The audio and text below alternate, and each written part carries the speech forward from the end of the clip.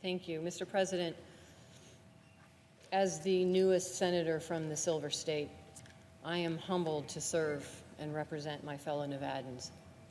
We Nevadans are very proud of our state, its people, and the spirit of self-reliance and community that guides us every single day. We are proud of the vastness and beauty of our rural counties and the energy and diversity of our cities, such as Reno and my hometown, Las Vegas. Mr. President, when I was preparing to deliver my maiden speech before this body, my intention was to honor the Silver State's history and people, as well as share the issues that I had planned to fight for while I'm here in Congress, issues that matter to hard-working Nevadans. That speech was meant to celebrate Nevada's founding and values, to declare the basic right of every individual to education and affordable health care, to remind my colleagues of the dignity of equality and the right to marry whom you love. That speech was to proclaim the dignity of women and their right to make their own health choices, to defend the right of immigrants and dreamers to live in our country without fear, and to call on this body to fight for American values, including diversity and inclusion. That speech was meant to demand that our country's leaders respect every American, regardless of the color of their skin or how they choose to worship. Unfortunately, Mr. President, my maiden speech on the floor of this body will instead talk about mass murder. Today, I want to recognize the courage of heroes and first responders and honor the wounded and those murdered. And I want to recognize the fundamental dignity of every American in this age of violence and rancor and ignorance, the dignity of Americans not to be slaughtered by other Americans just for walking outside and attending a conference. With over 43 million visitors per year, Las Vegas prides itself on warmly welcoming people from all around the world to revel in what we have to offer. Hospitality, in every sense of the word, defines who we are. When travelers come to Las Vegas, they plan to enjoy themselves in the company of loved ones and friends and become a part of our Nevada family. On October 1st, a man attacked that family by smashing 2 windows in his 32nd floor hotel suite and unleashing a barrage of bullets onto 22,000 people attending the Route 91 Harvest Music Festival. In 10 minutes, 58 innocent people were massacred and more than 500 people were injured. At first, concert goers confused the rapid gunfire for fireworks. The grim realization that repetitive bursts were not fireworks, but bullets, came as those in the crowd began to collapse one after another and blood began to stain the ground. This was a concert on the Las Vegas Strip, but it looked more like a battlefield. These were innocent people. The human cost of this atrocious act of terrorism is incalculable. Children lost parents. Parents lost children.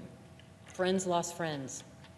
Those who survive the ordeal must not only heal from physical wounds, but cope with the mental scars that will haunt them forever. I will never forget the stories that I heard walking through our hospitals and meeting with our first responders and those recovering from their wounds. Entire emergency room and hallway floors were stained with blood. A recovery room in one of our hospitals was turned into a makeshift morgue. A victim's phone ringing continuously with calls from her father, who would soon learn she would never be coming home.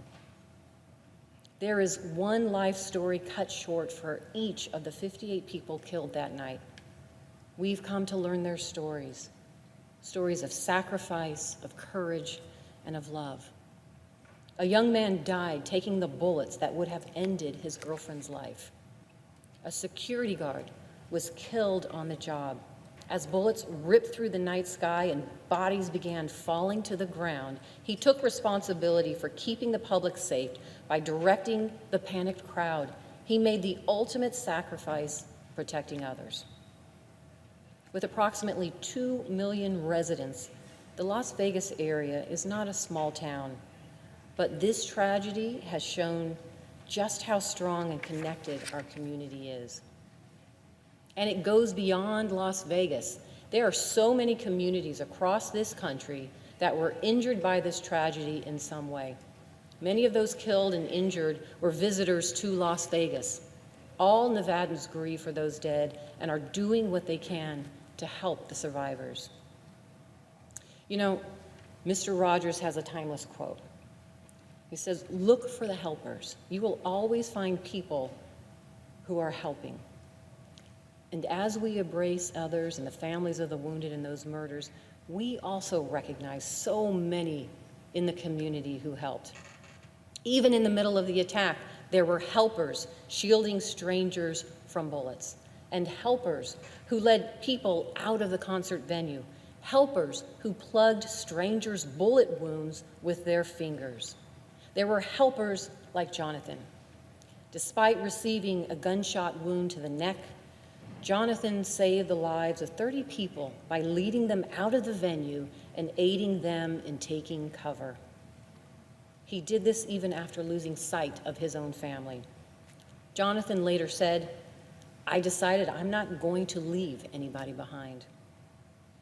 Helpers like Taylor, an Iraq War veteran, who turned a parked utility van into an ambulance. After climbing a fence as he fled the gunfire, he came across the vehicle and he knew what he had to do. Before first responders arrived, Taylor drove roughly 30 people to area hospitals. Other helpers, like Tammy, also an Iraq War veteran, stayed behind to help victims on the ground. Tammy used her ER nursing experience to triage those who were immobile because of their injuries. Despite her best efforts, Tammy couldn't save one young woman and had the heartbreaking task of telling a mother that her daughter was dead. Tammy said, "I'll never forget that girl's face. I had to tell the mom that her daughter had gone." In the toughest of circumstances, the promptness, efficiency, and professionalism of Southern Nevada's first responders and medical community saved many lives and ensured that tragedy did not escalate in further loss of life. Andrew, an ambulance dispatcher, calmly and purposefully directed his team despite it being his first day in his new role.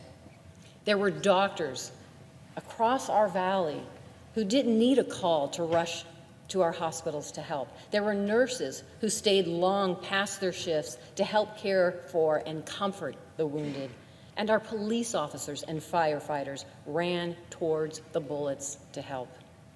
These first responders, doctors, and nurses knew some of the people they were helping.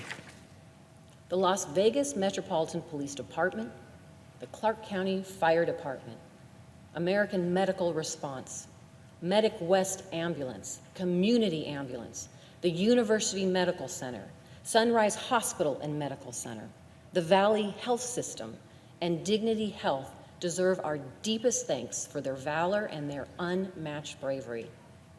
I also want to honor and thank the Red Cross and the Department of Veterans Affairs, who brought mobile units to our hospitals, and the volunteer mental health counselors who came from all over the country to help provide comfort and support. I'll never forget their dedication as our community grappled with this senseless tragedy. In the days that followed, our community's compassionate response showed the world who we are as Las Vegans. So many unnamed heroes in our community stood for hours in line to donate blood. They came to the Family Reunification Center and gave food and water and clothing, whatever they could, to help families and those who were wounded. Artists and volunteers created beautiful memorials and prayerful spaces for honor and grief. And local businesses, as well as airlines like Allegiant and Southwest, and medical providers like Valley Health Systems, Medic West, and American Medical Response made sure the families of the slain, as well as the wounded, were provided help, support, and relief from medical bills and travel costs. In less than a week, dedicated volunteers built a beautiful remembrance wall and planted a healing garden for all of us to express our grief, reflect, and to remember.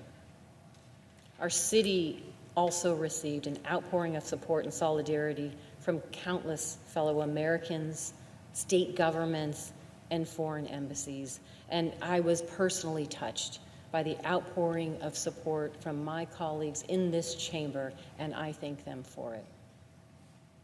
The people of Las Vegas came together to heal and protect their community, but they cannot do it all on their own. It has been difficult for all of us to understand the events of the past 2 weeks, but one thing is clear: we cannot stand by and do nothing. As a lifelong Las Vegan, I have never seen such a profound community response. In the midst of such horror, I am so proud of my community, and I continue to be amazed at the strength and spirit that will help move us forward. But they need our help. The time has come for the people in this room, all of us, to do our part to keep our communities safe. Over the past few weeks, I've heard my colleagues saying things like, "No law could have stopped that," or "You can't legislate evil." While that may be true, we are not helpless. When something bad happens, you can always take steps to understand what happened and work together to find a way to stop a future tragedy. Listen, we can't stop every shooting, but we can do something to prevent these senseless mass murders.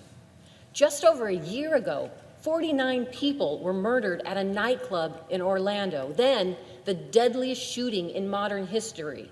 My hometown of Las Vegas has now broken that record, with 58 men and women murdered by one man with multiple guns rigged for combat.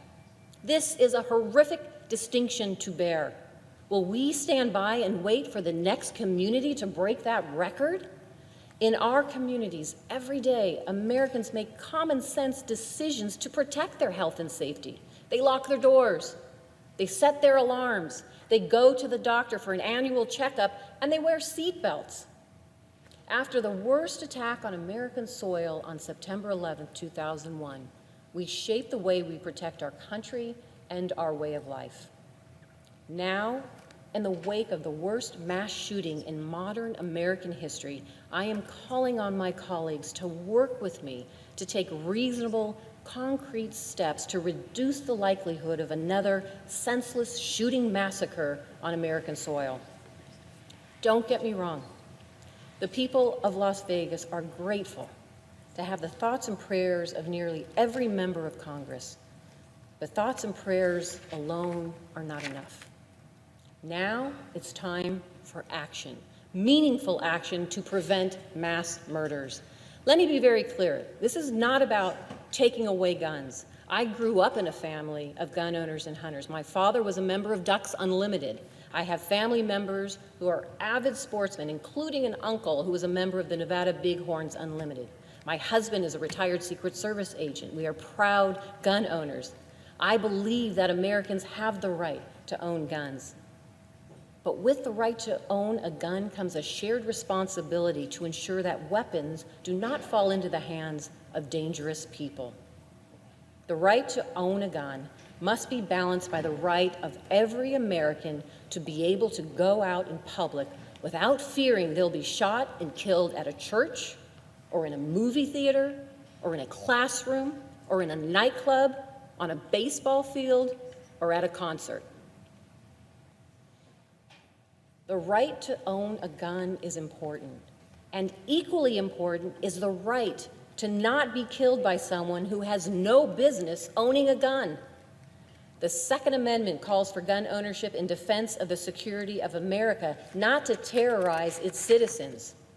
Congress has the responsibility to keep weapons designed for our military out of the hands of mass murderers. When we took office, each of us swore an oath to protect and defend the United States Constitution. That means we are sworn to protect the lives and liberty of the American people. Are we keeping that promise? If there are common sense, reasonable, proven steps that we can take to keep innocent people from dying at the hands of mass murderers, why wouldn't we take them? Why wouldn't we pass legislation that the majority of Americans support? Why wouldn't we ban the tools used to kill and injure almost 600 people in the space of 10 minutes? Many place blame with the strength of organizations like the National Rifle Association and other allied interest groups. Yet a recent poll finds that 93% of voters in gun households support universal background checks. Count me as part of that 93%. Congress is not going to repeal the Second Amendment, but its members need to find the courage to be honest that there is a problem. I echo my colleague, Senator Chris Murphy of Connecticut, who gave his maiden speech on this very same topic in 2013, right after the horrific massacre at Sandy Hook Elementary School. He said he never expected to find himself talking about guns in his maiden speech, but the issue of gun violence found him. I am devastated to say that the issue of gun violence found me too. It found the city of Las Vegas along with everyone else in the state of Nevada. It's already found other members of this body and their neighbors across the country. Like Senator Murphy, I am making it my mission to prevent another tragedy like this one from ever happening again. We should return to common sense principles as we determine how to move forward. 1, guns should not be available to people who are mentally ill, have a history of violence, or are suspected terrorists. 2, everyone who buys a firearm should undergo a background check. No exceptions for people who buy from online retailers, gun shows, or private dealers. We can't enforce our laws or keep guns out of the hands of dangerous people if we aren't running background checks to determine who's trying to buy a firearm. And 3, certain military-style accessories necessary for war zones simply do not need to be in our communities. As members of this body are aware, the mass shooting in my hometown was made all more lethal because of what is referred to as a bump stock, a tool designed to turn a semi-automatic rifle into an even deadlier weapon to kill as many people as possible and rain gunfire down on 22,000 concert goers. This chamber should speak in a unified voice that these tools don't belong in our country. And this has nothing to do with infringing on the Second Amendment rights of law-abiding gun owners. You don't need a bump stock to hunt unless you're hunting people. If we do nothing now, there will be more massacres. We will see more fathers without daughters, more mothers without sons, more sisters without brothers. The time has come to ask ourselves, who will really be at fault the next time something like this happens? Will it be the deranged killer who used a loophole to get his hands on a deadly weapon, or the people who failed to close that loophole when they had the chance? My colleagues are right. We cannot legislate away mental illness. We cannot legislate away evil. But we can legislate to prevent murder. We can take smart, sensible steps to keep Americans safe. We can work together with gun owners and citizens against gun violence to make Americans safer. To my colleagues who are undecided, I invite you to come with me to the hospitals in Las Vegas. Hear from the people who came to Las Vegas for a night of fun and country music, who will have to live with emotional and physical scars for the rest of their lives. Hear from Dana, who will never see her fiancé again. Hear from Lindsay, who will never see her sister again. Hear from Hannah's 3 children, who will never see their mother again. I've spent much of the last 2 weeks talking with families of those who were wounded or killed. That Monday night after the massacre, I remember hugging a mother and father who were looking for their 26-year-old daughter at the Family Reunification Center. They had gone to all of the area hospitals with the hope that they might find their daughter alive. Their final hope that night, if you want to call it that, was waiting in the reunification center for the call from the coroner's office to see if their daughter's body had been identified. It so easily could have been my family frantically searching, waiting, and grieving in that center. My niece was at that concert. And the people of Las Vegas responded to the worst tragedy our city has ever seen with unprecedented bravery and selflessness and compassion. We are Vegas strong. It is long past time for Congress to follow their example and the example of so many other communities in our country touched by this violence, and finally summon the strength to get something done and reduce gun violence in America. Let's not ignore the lives of those murdered or those wounded. Let's actually come together and agree that we must do something to honor all of the daughters, mothers, sons, fathers, sisters, brothers, and friends we have already lost to senseless gun violence. It's time for us to move beyond resolutions. We must now have a new resolve to protect the basic freedom and safety of all Americans. Work with me. Reach out to my office so that we can find common ground and finally offer the American people something more than just our thoughts and prayers. Let's get something done in honor of the loved ones who are still with us, the family members and friends we would do anything to protect, the people in our lives we could not bear to lose. I ask my colleagues to work with me to prevent this from ever happening again. Mr. President, thank you for listening, and I yield the floor.